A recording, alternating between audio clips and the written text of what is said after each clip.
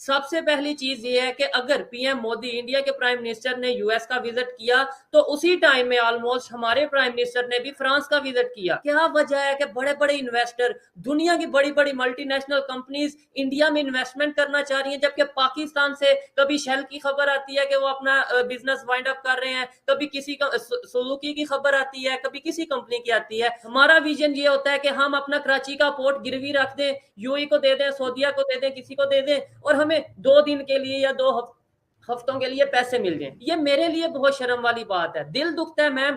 ये मेरा पाकिस्तान है, जो हम में गलतियां हैं, एक्सट्रीमिज्म के अगर एलिमेंट हमारे में मौजूद है, उसको समझने की जरूरत है। जब से भारत के प्रधानमंत्री नरेंद्र मोदी अमेरिका से लौटे हैं, तब से पाकिस्तान की मीडिया में यही चर्चा चल रही है कि भारत के प्रधानमंत्री विदेश से निवेश को लेकर भारत आए हैं। किंतु उसी समय जिस वक्त भारत के प्रधानमंत्री नरेंद्र मोदी अमेरिका में थे, उसी वक्त पाकिस्तान के प्रधानमंत्री भी फ्रांस के दौरे पे थे और उन्होंने वहाँ से कर्ज मांगा है। इसी चीज़ को लेकर पाकिस्तान की मीडिया में काफ़ी हंगामा हो रखा है कि इंडियन प्राइम मिनिस्टर जहाँ भी जाते हैं वहाँ से निवेश लेकर आते हैं, किंतु पाकिस्तान के प्राइम मिनिस्टर जहाँ भी जाते हैं वो हमेशा कटोरा लेकर आते हैं। तो यही सारी बातें पाकिस्तान मीडिया में चल रही है। आगे चलते हैं दोस्तों, हम लोग इस क्लिप को सुनते हैं, उसके बाद इसके बारे में डिस्कस करेंगे। सबकी नजरें थी जो इंडियन प्राइम मिनिस्टर है उनके विजिट के ऊपर, जो उनका यूएस का विजिट था, उसमें खैर बहुत सारी चीजें हुई, बहुत सक्सेसफुल विजिट था उनका, लेकिन जो मेन चीज जो हमने देखी, हम लोगों को सीखनी चाहिए मेरे ख्याल से, वो ये थी कि इन्वेस्टमेंट लेकर आए वो भारत में, चाहे वो अमेजोन की हो जिन्होंने ऑलरेडी 11 बिलियन इन्वेस्ट कर चुके हैं और अब $15 बिलियन मजीद जो है वो इंडिया में लेकर जा रहे हैं। उन्होंने ये अनाउंस किया है। साथ गूगल कंपनी जो है वो $10 बिलियन जो है गुजरात में इन्वेस्ट करेगी।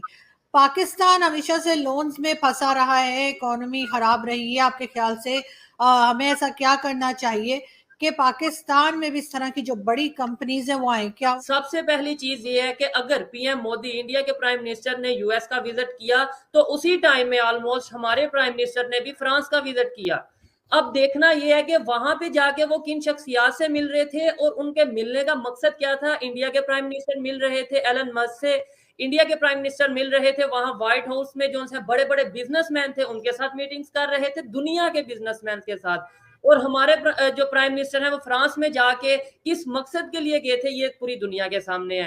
क्या वजह है कि बड़े बड़े इन्वेस्टर, दुनिया की बड़ी बड़ी मल्टीनेशनल कंपनीज इंडिया में इन्वेस्टमेंट करना चाह रही हैं, जबकि पाकिस्तान से कभी शेल की खबर आती है कि वो अपना बिजनेस वाइंड अप कर रहे हैं, कभी किसी सुजुकी की खबर आती है, कभी किसी कंपनी की आती है। हमारा विजन ये होता है कि हम अपना कराची का पोर्ट गिरवी रख दें, यूएई को दे दें, सऊदीया को दे दें, किसी को दे दें, और हमें 2 दिन के लिए या 2 हफ्तों के लिए पैसे मिल जाएं। जबकि अगर इंडिया की बात करें, वो एलन मस्क को रोकते हैं कि भाई हमें आपकी कोई गाड़ियों की जरूरत नहीं है, आपके बड़े बड़े नाम की जरूरत नहीं है, आपने अगर इंडिया में कारोबार करना है तो हमारी टर्म्स एंड कंडीशन को फॉलो करते हुए करना है, आपने यहाँ पे मैन्युफैक्चरिंग करनी है। और एट द एंड रिजल्ट क्या आता है कि वो कंपनी मानती है, उसे मानना पड़ता है। और अगर ट्विटर की बात करें, उन्हें भी वो कहते नजर आते हैं अगर आपने इंडिया में हमारे साथ चलना है तो हमारी टर्म्स एंड कंडीशन, जो हमारा लॉ है, उसके अंडर रहते हुए आपको अपनी पॉलिसीज बनाना है।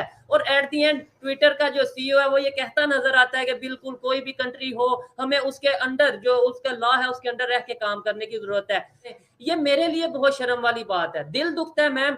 ये मेरा पाकिस्तान है, जो हम में गलतियां हैं, एक्सट्रीमिज्म के अगर एलिमेंट हमारे में मौजूद है, उसको समझने की जरूरत है। मैं कहता हूं अगर पाकिस्तान के अगेंस्ट कोई है तो पाकिस्तान के पॉलिटिशियन, पाकिस्तान की पब्लिक, पाकिस्तान का बोसीदा एजुकेशन सिस्टम। जब तक हम इस सिस्टम को नहीं बदलेंगे तब तक हम कभी इंडिया को ब्लेम करेंगे, कभी इसराइल को ब्लेम करेंगे, लेकिन अपने घर में हम नहीं देख पाएंगे।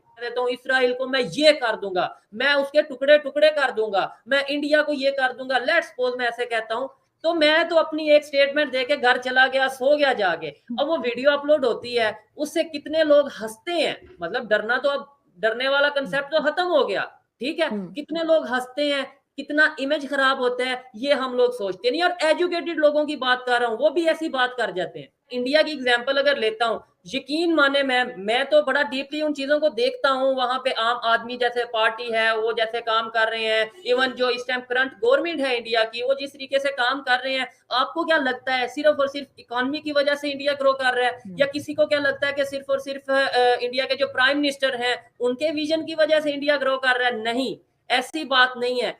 वो इंडिया अगर ग्रो कर रहा है, जितना बीच में पार्टिसिपेट इंडिया के प्राइम मिनिस्टर कर रहे हैं, तो उससे कम से कम उतना ही या उससे थोड़ा कम इंडिया की पब्लिक भी कर रही है। उनमें अवेयरनेस आ चुकी है, वो ये जान चुके हैं कि अगर इंडिया साफ दिखेगा तो मेरा फेस साफ दिखेगा, अगर इंडिया की रोड साफ दिखेगी, इंडिया की बिल्डिंग्स अच्छी दिखेंगी, तो मेरे कपड़े, मेरी बिल्डिंग्स, या मुझे ऐसा लगेगा कि मैं अच्छा दिख रहा हूं। अगर इंडिया की पूरी दुनिया में पावर होगी, या इंडिया को रिस्पेक्ट की नजर से देखा जाएगा, इंडियन पासपोर्ट को रिस्पेक्ट की नजर से देखा जाएगा, तो वो लोग ये समझते हैं कि ये हमें रिस्पेक्ट की नजर से देखा जाएगा। ये देखें जी, इंडिया का प्राइम मिनिस्टर यहाँ गया, इतना प्रोटोकॉल दिया गया, और ये देखें जी पाकिस्तान का प्राइम मिनिस्टर यहाँ गया और उसको इस तरीके से इंसल्ट किया गया।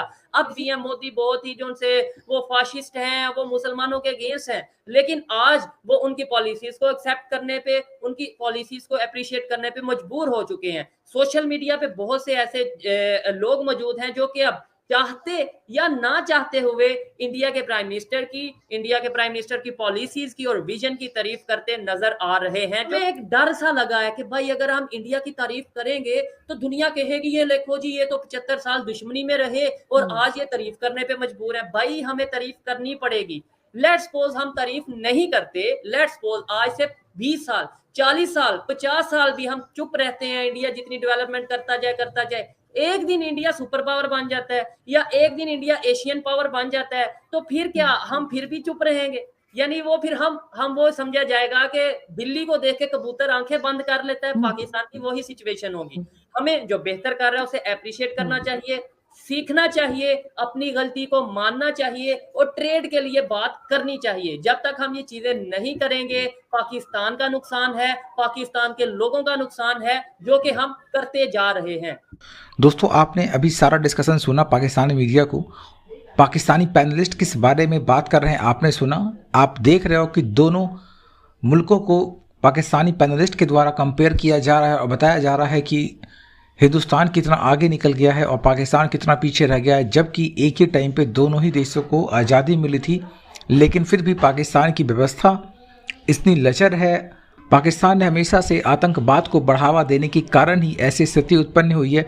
इस बारे में खुद पाकिस्तान की मीडिया कह रही है, वो पाकिस्तान की मीडिया ये कह रही है कि उन्हें खुद में ये अफसोस होता है, उन्हें खुद में शर्मिंदगी सी महसूस होती है कि वो पाकिस्तान के निवासी हैं।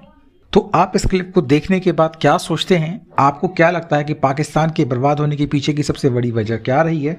ये आप कमेंट बॉक्स में कमेंट जरूर कीजिएगा। Thank you for watching.